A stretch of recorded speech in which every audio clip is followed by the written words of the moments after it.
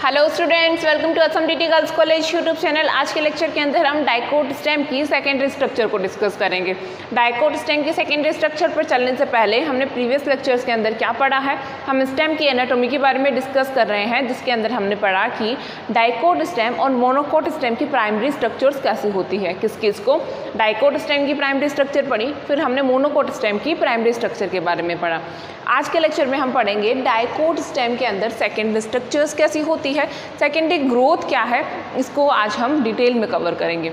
Dicot stem की secondary structure या फिर सेकेंडरी ग्रोथ पर चलने से पहले हमें ये समझना होगा कि ये सेकेंडरी ग्रोथ जो हम कह रहे हैं, ये सेकेंडरी ग्रोथ होती क्या है, कौन से प्लांट्स के अंदर देखने को मिलती है, कब होती है। सेकेंडरी ग्रोथ जो होती है मेनली हायर प्लांट्स के अंदर, जैसे कि एंजियोस्पर्म एंड जिम्नोस्पर्म के अंदर देखने को मिलती है। कौन से प्लांट्स के अंदर? Mostly gymnosperm and angiosperm plants के अंदर सेकेंडरी ग्रोथ या फिर सेकेंडरी स्ट्रक्चर्स का डेवलपमेंट होता है। Mostly gymnosperm and angiosperm plants के अंदर क्या देखने को मिलती है? सेकेंडरी ग्रोथ देखने को मिलती है, या फिर हम कहें तो सेकेंडरी स्ट्रक्चर्स का फॉर्मेशन इन प्लांट्स के अंदर होता है। कब होता है? क्या प्राइमरी स्ट्रक्चर्स के साथ साथ में ये सेकेंडरी स्ट्रक्चर्स का फॉर्मेशन होना शुरू हो जाता है, या फिर ऐसे होता है एक सीड जर्मिनेट हुआ, सीड जर्मिनेशन होने के बाद में उसके अंदर जो प्राइमरी स्ट्रक्चर्स का फॉर्मेशन हो रहा है, क्या उसके साथ में ही सेकेंडरी स्ट्रक्चर बन जाएगी? नहीं, ऐसा नहीं होता। सेकेंडरी स्ट्रक्चर्स का फॉर्मेशन, ये सेकेंडरी ग्रोथ एक पर्टिकुलर स्टेज के बाद में स्टार्ट होती है। कब? एक पर्टिकुलर स्टेज के बाद में स्टार्ट होती है। पर्टिकुलर स्टेज कहने का मतलब क्या है हमारा? हम ये कहना चाहते हैं कि ये सेकेंडरी ग्रोथ जो है वो प्राइमरी टिश्यूज़ के कंप्लीटली डिफ्रेंशिएशन के बाद में शुरू होएगी। तो इसके बाद में प्राइमरी टिश्यूज़ का कंप्लीटली डिफ्रेंशिएशन हो जाए, उसके बाद में सेकेंडरी ग्रोथ का होना स्टार्ट होता है। कब होती है secondary growth? After the completely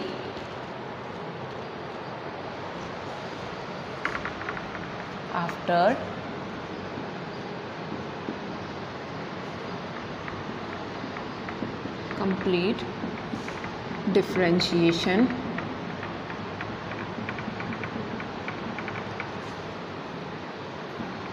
of primary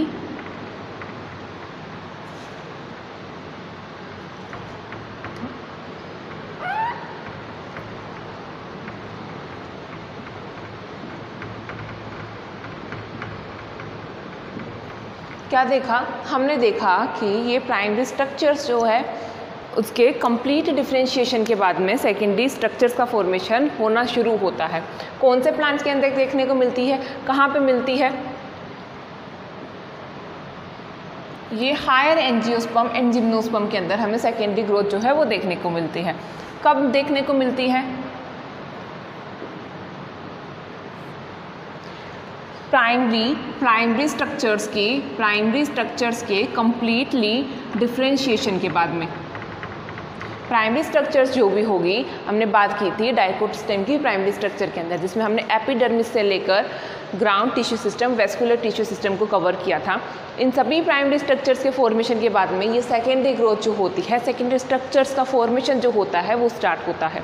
secondary structure का फॉर्मेशन के बारे में हमें समझ में आया कि कब हो रहा है, ये प्राइमरी स्ट्रक्चर्स के कंप्लीटली डिफरेंशिएशन के बाद में शुरू हो रहा है। ठीक है, कौन से टिश्यूज़ की वजह से सेकेंडरी ग्रोथ होती है, या कौन से टिश्यू है जिसकी वजह से ये सेकेंडरी ग्रोथ किस चीज़ के लिए रिस्पॉन्सिबल है और किस वजह से हो रही है। हमने शूट एपिकल मेरिस्टेम के अंदर 3 टिश्यूज़ की बात की थी। एपिकल मेरिस्टेम की बात की, लेटरल मेरिस्टेम की बात की, इंटरकैलरी मेरिस्टेम की बात की थी। कौन कौन से मेरिस्टेमेटिक टिश्यू हमने देखे शूट एपिकल मेरिस्टेम में? एपिकल मेरिस्टेम जो कि टिप पे प्रेजेंट होता है, लेटरल मेरिस्टेम लेटरल पोजीशन पे प्रेजेंट होता है, intercalary meristem nodes, intermediate nodes के बीच में वहाँ पे प्रेजेंट होता है। फिर हमने कहा कौन सा, ये सेकेंडरी ग्रोथ किसकी वजह से हो रही है? लेटरल मेरिस्टेम जो होता है सेकेंडरी ग्रोथ के लिए रेस्पॉन्सिबल होता है। कौन सा? लेटरल मेरिस्टेम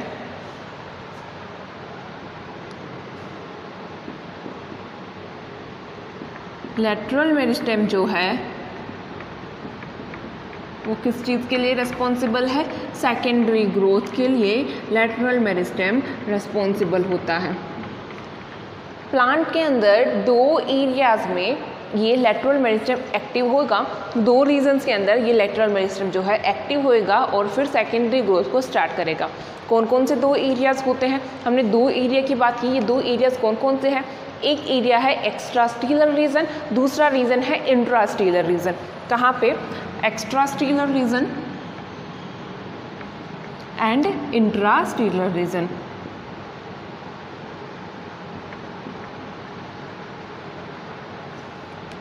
और इंट्रास्टीलर रीजन।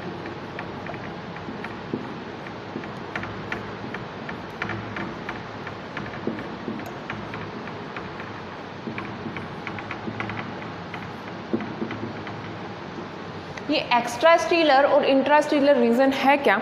एक्स्ट्रास्टीलर रीजन स्टील के आउटसाइड रीजन्स के अंदर जहाँ पे सेकेंडरी ग्रोथ होगी उसे हम क्या कर रहे हैं? Extrastelar reason.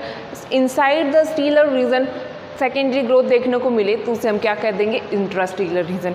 कहाँ पे?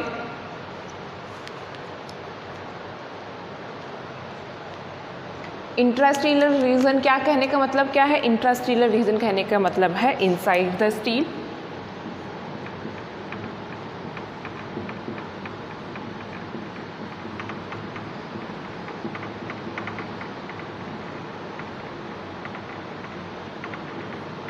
और एक्स्ट्रास्टीलर reason outside the stele.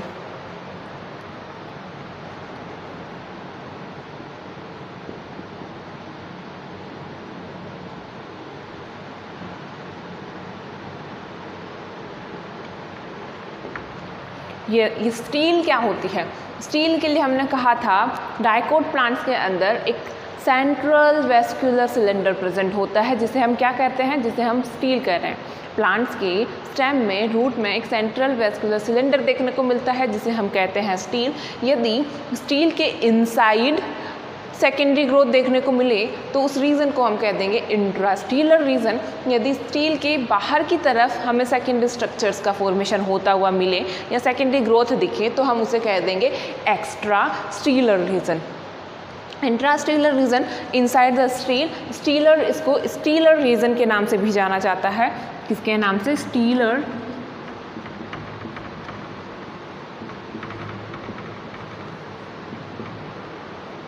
Stealer region के नाम से भी जाना जाता है। किसको?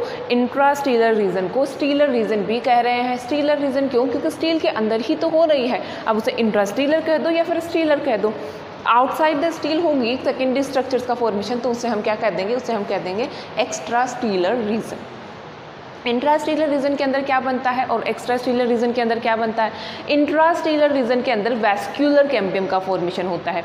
किसका? वैस्क्यूलर कैम्बियम का फॉर्मेशन होता है। किसे फॉर्म करेगा ये वैस्क्यूलर कैम्बियम का फॉर्मेशन करेगा।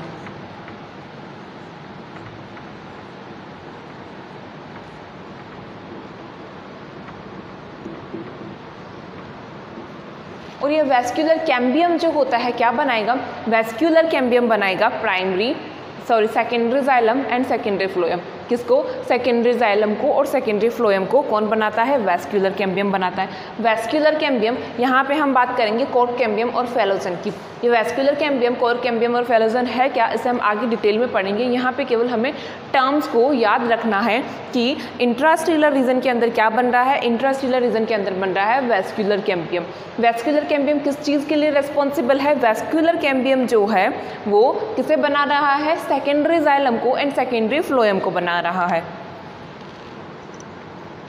Secondary xylem and secondary phloem. Secondary xylem, secondary phloem किस चीज़ की वजह से बन रहे हैं? सेकेंडरी जाइलम, सेकेंडरी फ्लोएम जो है बन रहे हैं वैस्क्यूलर कैम्बियम की वजह से। हम यहाँ पे सेकेंडरी ग्रोथ की बात कर रहे हैं। ये सेकेंडरी ग्रोथ होनी क्यों चाहिए? रिस्पॉन्सिबल क्या है? इतनी कहानी जो हमने पढ़ी ये हम पढ़ क्यों रहे हैं? सेकेंडरी ग्रोथ का मीनिंग क्या है, हमें ज़रूरत क्यों है सेकेंडरी ग्रोथ की? मोनोकोट में नहीं होगी, डाइकोट में भी ना हो तो क्या फ़र्क पड़ जाएगा? डाइकोट स्टेम के लिए सेकेंडरी ग्रोथ की ज़रूरत इसलिए होती है, या इसलिए रिस्पॉन्सिबल है सेकेंडरी ग्रोथ, क्योंकि ये प्लांट के डायमीटर को इंक्रीज़ करता है। किसको? प्लांट के डायमीटर को, स्टेम के डायमीटर को, स्टेम की गर्थ को इंक्रीज़ करता है, चौड़ाई को बढ़ाता है। किसकी वजह से बढ़ी है स्टेम की गर्थ या चौड़ाई? ये सेकेंडरी ग्रोथ की वजह से बढ़ी। यहाँ हम लिख लें किस चीज़ को इंक्रीज़ कर रहा है? डायमीटर को इंक्रीज़ करता है।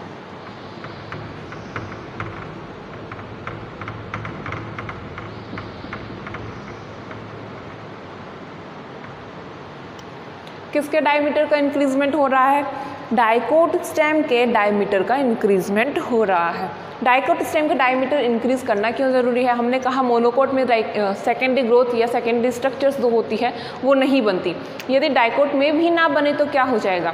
इसको हम ऐसे समझें, यदि हमारे एक गार्डन के अंदर मैंगो ट्री लगा है, कौन सा ट्री लगा है? मैंगो का ट्री लगा है। हम यहाँ सपोज कर रहे हैं कि इस डाइकोट प्लांट के अंदर सेकेंडरी ग्रोथ नहीं होगी, तो क्या होगा?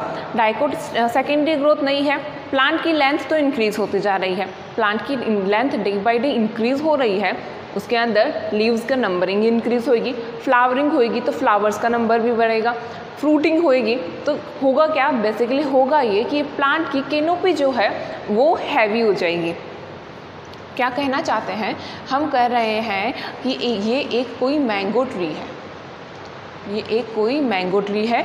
इस मैंगो ट्री की लेंथ जो है डे बाय डे इंक्रीज़ हो रही है, लेंथ इंक्रीज़ हुई, ठीक है, लेंथ इंक्रीज़ हो रही है, तो किस चीज़ का नंबरिंग बढ़ेगा? यहाँ पे जो लीव्स हैं वो लीव्स का नंबर भी बढ़ेगा, लीव्स का नंबर बढ़ा, ठीक है, लीव्स का नंबर बढ़ा। फ्लावरिंग देखने को मिलेगी, फ्रूटिंग होएगी, तो होगा क्या? हम कह रहे हैं कि स्टेम के अंदर हम ऐसा सपोज कर रहे हैं कि इस प्लांट के अंदर क्या नहीं है? ये सेकेंडरी ग्रोथ नहीं हो रही। इस पर्टिकुलर प्लांट के लिए हम सपोज कर रहे हैं यहाँ पे सेकेंडरी ग्रोथ नहीं हो रही, लेंथ इंक्रीज हो रही है, प्लांट की कैनोपी क्या है? ये ऊपर का पार्ट जो है लीव्स वाला, उसमें डे बाय डे इंक्रीजमेंट हो रहा है, लीव्स का नंबर इंक्रीज हो रहा है, फ्लावरिंग की वजह से और फ्रूटिंग की वजह से वो हेवी होती जा रही है, ठीक है, ये इसका इंक्रीजमेंट हुआ। तो क्या फ़र्क पड़ जाएगा इंक्रीजमेंट होने से? ये प्लांट की कैनोपी जो है वो हेवी होने लगेगी, प्लांट का अपर पार्ट जो है वो ज़्यादा हेवी हो जाएगा, बेस पार्ट जो है वो स्ट्रॉन्ग नहीं है। बेस पार्ट स्ट्रॉन्ग नहीं होने की वजह से ये प्लांट जो है बेंड होने लगेगा, धीरे धीरे गिरने लगेगा और टूट जाएगा। अपने आप को प्रोटेक्ट करने के लिए ये प्लांट क्या करेगा? खुद को प्रोटेक्ट करने के लिए अपने स्टेम को, अपने बेस को इंक्रीज़ करेगा, अपने बेस को स्ट्रॉन्ग बनाएगा। बेस को स्ट्रॉन्ग कैसे बनाएगा? अपने स्टेम के डायमीटर को इंक्रीज़ करके।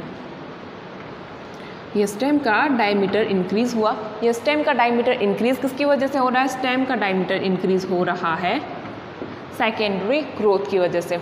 क्यों ज़रूरी है सेकेंडरी ग्रोथ? हमने कहा डायमीटर को इंक्रीज़ करती है। डायमीटर का इंक्रीजमेंट ना हो तो क्या हो जाएगा? डायमीटर का इंक्रीजमेंट होना ज़रूरी है, क्योंकि प्लांट को सपोर्ट करने के लिए स्टेम का चौड़ा होना, गर्थ उसकी ज़्यादा होना ज़रूरी होती है, वरना यदि इसकी स्टेम का डायमीटर कम होगा तो प्लांट जो है वो नीचे की तरफ गिर जाएगा। क्यों? क्योंकि प्लांट की लेंथ तो इंक्रीज़ हो रही है लेकिन डायमीटर इंक्रीज़ नहीं हो रहा, इसलिए बेस जो है वो वीक है और ये हेवी कैनोपी को सपोर्ट नहीं कर पाएगा और प्लांट टूट जाएगा।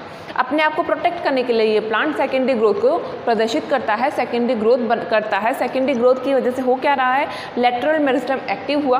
दो रीजन्स के अंदर लेटरल मेरिस्टेम एक्टिव होता है। वो दो रीजन्स कौन से हैं? एक्स्ट्रास्टेलर रीजन और इंट्रास्टेलर रीजन। इंट्रास्टेलर रीजन के लिए हमने कहा इसे स्टेलर रीजन के नाम से भी जाना जाता है। इस इंट्रास्टेलर रीजन के अंदर क्या बनेगा? इंट्रास्टेलर रीजन के अंदर बनेगा वैस्कुलर कैम्बियम। किसका फॉर्मेशन हुआ? इसके अंदर फॉर्मेशन होता है वैस्कुलर कैम्बियम का। और ये वैस्कुलर कैम्बियम जो है सेकेंडरी जाइलम को एंड सेकेंडरी फ्लोएम को इंक्रीज़ करेगा। सेकेंडरी जाइलम और सेकेंडरी फ्लोएम बनने की वजह से क्या होगा? यहाँ पे एक लेयर जो है वो इंक्रीज़ हो जाएगी। एक लेयर इंक्रीज़ हुई तो प्लांट का डायमीटर थोड़ा सा इंक्रीज़ हुआ। फिर हमने कहा एक्स्ट्रास्टेलर सेकेंडरी ग्रोथ भी देखने को मिलती है। एक्स्ट्रास्टेलर रीजन के अंदर भी सेकेंडरी ग्रोथ देखने को मिलती है। इनके अंदर किस चीज़ का फॉर्मेशन होगा? यहाँ पे कॉर्क कैम्बियम को फैलोजेन भी कहते हैं। कॉर्क कैम्बियम का या फिर फैलोजन का फॉर्मेशन होता है। कहाँ पे? एक्स्ट्रा स्टीलर रीजन के अंदर फैलोजन या फिर कॉर्क कैम्बियम बनता है।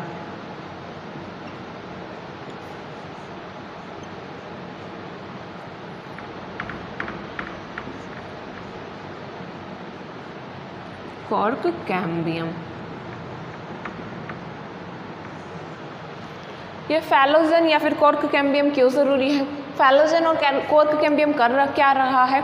कहाँ पे पढ़ा हमने? कहाँ पे बन रही है ये सेकेंडरी स्ट्रक्चर? पढ़ा हमने कहाँ पे बन रही है ये सेकेंडरी स्ट्रक्चर्स? ये बन रही है स्टील के बाहर की तरफ। कॉर्टेक्स रीजन के अंदर फैलोजन या कॉर्क कैम्बियम का फॉर्मेशन होगा, जो कि सेकेंडरी कॉर्टेक्स के फॉर्मेशन करने का काम करेगा। सेकेंडरी कॉर्टेक्स का फॉर्म हुआ तो क्या हुआ? एक और लेयर इंक्रीज हो गई। प्लांट का डायमीटर इतने से इतना हो गया। कॉर्क कैम्बियम ने किसका फॉर्मेशन किया? कॉर्क कैम्बियम ने बनाया सेकेंडरी कॉर्टेक्स को। किसको? सेकेंडरी कॉर्टेक्स को।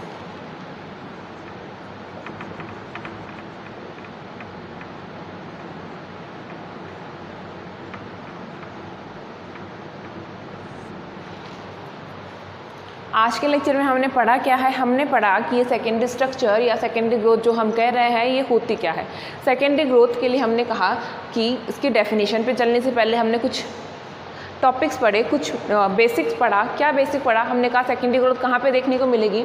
सेकेंडरी ग्रोथ जो है जिम्नोस्पर्म में और एंजियोस्पर्म प्लांट्स के अंदर देखने को मिलती है। किस वजह से होती है या फिर ये रेस्पॉन्सिबल किस चीज़ के लिए? ये करवाती क्या है? सेकेंडरी ग्रोथ जो है लेटरल मेरिस्टेम की एक्टिविटी की वजह से होती है। किसकी? लेटरल मेरिस्टेम की एक्टिविटी की वजह से होती है। शुरू कब हो रही है? प्राइमरी स्ट्रक्चर्स के कम्प्लीटली डिफ्रेंशिएशन के बाद में शुरू होती है। लेटरल मेरिस्टेम एक्टिव हुआ, दो रीजन्स के अंदर ये लेटरल मेरिस्टेम जो है वो एक्टिव होता है। कौन कौन से दो रीजन्स हैं? इंट्रास्टीलर रीजन और extra stelar reason.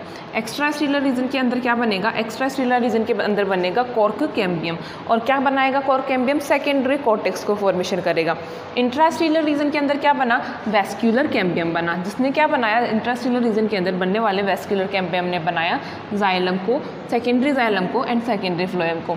In secondary xylem, secondary phloem के बनने की वजह से और कॉर्क कैम्बियम की वजह से कॉर्टेक्स, सेकेंडरी कॉर्टेक्स के बनने की वजह से डायमीटर में इंक्रीजमेंट होएगा। डेफिनेशन क्या कहती है हमें सेकेंडरी स्ट्रक्चर्स की? सेकेंडरी स्ट्रक्चर की डेफिनेशन पे चलो। यहाँ पे हमने किसके लिखा है? इसकी डेफिनेशन को लिखा है।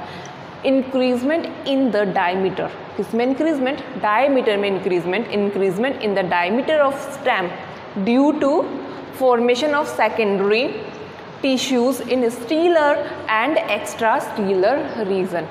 क्या कहती है इसकी डेफिनेशन? सेकेंडरी स्ट्रक्चर की डेफिनेशन हमें क्या कह रही है? सेकेंडरी ग्रोथ या सेकेंडरी स्ट्रक्चर की डेफिनेशन हमें ये कहती है कि प्लांट के स्टेम के डायमीटर में इंक्रीजमेंट होना। ये इंक्रीजमेंट हुआ किसकी वजह से है? ये इंक्रीजमेंट सेकेंडरी टिश्यू के फॉर्मेशन की वजह से हुआ। सेकेंडरी टिश्यू कहाँ बने? सेकेंडरी टिश्यू बने stelar and extra stelar region के अंदर। कहाँ पे? Stelar and extra stelar region के अंदर सेकेंडरी टिश्यूज़ के फॉर्मेशन की वजह से क्या होता है? सेकेंडरी टिश्यूज़ के फॉर्मेशन की वजह से डायमीटर इंक्रीज होता है। इस डायमीटर के इंक्रीजमेंट की वजह से क्या हुआ? डायमीटर इंक्रीज हुआ तो उससे हम कह रहे हैं सेकेंडरी ग्रोथ, जो कि किसको कर क्या रहा है? ये अब प्लांट को सपोर्ट करने का काम कर रहा है। प्लांट को प्रोटेक्ट करता है, प्लांट को सपोर्ट करता है कि प्लांट एक जगह ईजिली स्टेबल रह सके, वो बेंड ना हो, टूटे ना। इसलिए ये सेकेंडरी ग्रोथ जो है वो उसके लिए रिस्पॉन्सिबल होती है। मोनोकोट स्टेम्स के अंदर सेकेंडरी ग्रोथ नहीं देखने को मिलती। किसमें? मोनोकोट स्टेम्स के अंदर सेकेंडरी ग्रोथ नहीं देखने को मिलती। डाइकोट स्टेम, डाइकोट प्लांट के स्टेम एंड रूट के अंदर ही सेकेंडरी ग्रोथ देखने को मिलेगी। कहाँ पे एब्सेंट होती है सेकेंडरी ग्रोथ? मोनोकोट प्लांट्स के अंदर सेकेंडरी ग्रोथ जो है क्या है? एब्सेंट है। डाइकोट प्लांट्स जो होते हैं, डाइकोट प्लांट के रूट एंड स्टेम के अंदर हमें सेकेंडरी ग्रोथ जो है वो देखने को मिलती है। ये तो बात हो गई मोनोकोट स्टेम की। डाइकोट स्टेम, डाइकोट प्लांट के स्टेम में एंड रूट में क्या मिलेगी, सेकेंडरी ग्रोथ देखने को मिलेगी। यहाँ पे हम स्टेम की बात कर रहे हैं, आगे के लेक्चर्स के अंदर हम रूट के अंदर भी सेकेंडरी स्ट्रक्चर्स को, सेकेंडरी ग्रोथ को देखेंगे।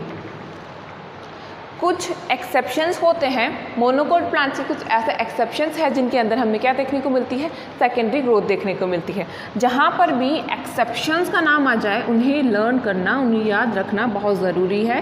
क्यों? क्योंकि एग्ज़ाम्स में शॉर्ट क्वेश्चंस के अंदर इनसे क्वेश्चंस पूछे जाते हैं कि ऐसा क्वेश्चन पूछा जा सकता है कि ऐसे मोनोकोट प्लांट्स का नाम बताओ जिनके अंदर सेकेंडरी ग्रोथ होती है। बेसिकली मोनोकोट प्लांट्स के अंदर सेकेंडरी ग्रोथ नहीं होती, लेकिन यहाँ पे कुछ एक्सेप्शंस है जिनमें अंदर हमें क्या देखने को मिलेगी, जिनके अंदर मोनोकोट प्लांट्स के अंदर हमें सेकेंडरी ग्रोथ देखने को मिलेगी। ये प्लांट्स होते कौन से हैं, इनका नाम क्या है, याका, ड्रेसिना एंड कोकस प्लांट के अंदर हमें सेकेंडरी ग्रोथ देखने को मिलती है। कौन कौन से प्लांट, याका, ड्रेसिना,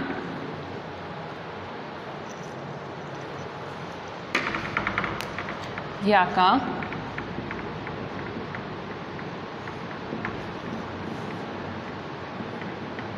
ड्रेसिना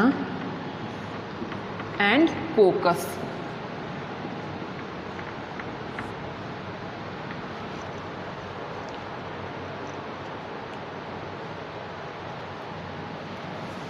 ड्रेसिना,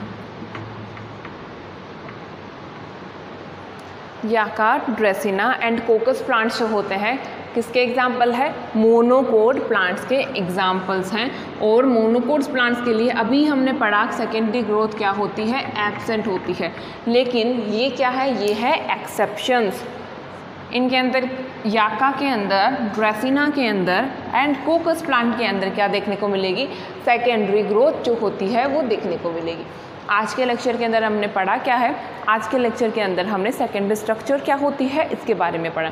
सेकेंडरी स्ट्रक्चर के लिए हमने क्या कहा, सेकेंडरी स्ट्रक्चर की डेफिनेशन में हमने देखा इंक्रीजमेंट इन डायमीटर, डायमीटर में इंक्रीजमेंट होना किसकी वजह से, increment in the diameter of stem due to formation of secondary tissues in the stelar and extra stelar region. क्या कहा हमने, हम कह रहे हैं कि डाइकोट स्टेम के डायमीटर में इंक्रीजमेंट होना किसकी वजह से, ड्यू टू फॉर्मेशन, किस चीज़ के फॉर्मेशन की वजह से, सेकेंडरी टिश्यूज़ के फॉर्मेशन की वजह से। ये सेकेंडरी टिश्यू बनेंगे कहाँ, stelar and extra stelar regions के अंदर सेकेंडरी टिश्यूज़ जो होते हैं वो बनते हैं। सेकेंडरी टिश्यूज़ बने, सेकेंडरी टिश्यूज़ के बनने की वजह से सेकेंडरी ग्रोथ हुई, जिसकी वजह से प्लांट का डायमीटर पहले इतना था तो वो धीरे धीरे इंक्रीज़ हुआ। प्लांट का डायमीटर इंक्रीज़ होना ज़रूरी क्यों है, प्लांट को सपोर्ट करने के लिए डायमीटर का इंक्रीजमेंट होना ज़रूरी होता है। फिर हमने देखा प्लांट का डायमीटर इंक्रीज़ हो कैसे रहा है, लेटरल मेरिस्टेम में एक्टिविटी की वजह से प्लांट का डायमीटर इंक्रीज़ होता है। लेटरल मेरिस्टेम दो रीजन्स के अंदर एक्टिव होएगा, कहाँ पे, एक्स्ट्रा स्टीलर रीजन के अंदर और इंट्रा स्टीलर रीजन के अंदर। एक्स्ट्रा स्टीलर रीजन के अंदर क्या किस चीज़ का फॉर्मेशन करेगा, कॉर्क कैम्बियम या फेलोजन का फॉर्मेशन करेगा, जिससे की वजह से एक लेयर का फॉर्मेशन होगा, वो क्या है, फेलोजन की वजह से या कॉर्क कैम्बियम की वजह से किसका फॉर्मेशन हुआ, फेलोजन या कॉर्क कैम्बियम सेकेंडरी कॉर्टेक्स का फॉर्मेशन करता है। फिर हमने इंट्रास्टीलर की बात की, इंट्रास्टीलर किसको बनाता है, वैस्क्यूलर कैम्बियम को।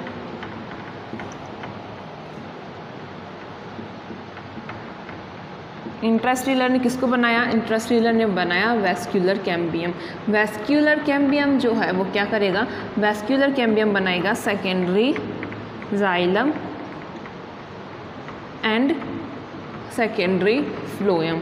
Secondary xylem and secondary phloem के बनने की वजह से एक और लेयर यहाँ पे इंक्रीज़ हुई, ऐसे धीरे धीरे प्लांट का क्या होगा, डायमीटर इंक्रीज़ होएगा। फिर हमने कहा मोनोकोट प्लांट्स के अंदर सेकेंडरी ग्रोथ जो होती है एब्सेंट होती है, लेकिन कुछ एक्सेप्शंस की बात की। एक्सेप्शंस इनको याद रखना, एक्सेप्शंस कौन से थे, एक्सेप्शन के अंदर याका, ड्रेसिना एंड कोकस मोनोकोट प्लांट्स होते हैं, लेकिन इनके अंदर सेकेंडरी ग्रोथ जो होती है देखने को मिलती है। डाइकोट प्लांट के स्टेम में एंड रूट में हमें सेकेंडरी ग्रोथ देखने को मिलती है। कल के लेक्चर में हम पढ़ेंगे कि ये एक्स्ट्रा स्टीलर रीजन में जो सेकेंडरी ग्रोथ हो रही है वो क्या है, और इंट्रा स्टीलर रीजन में जो सेकेंडरी ग्रोथ हो रही है वो क्या है। आई होप आपको आज का लेक्चर समझ में आया होगा। वीडियो को ध्यान से देखना, अगर इसमें कुछ कन्फ्यूजन हो तो मुझसे शेयर करना।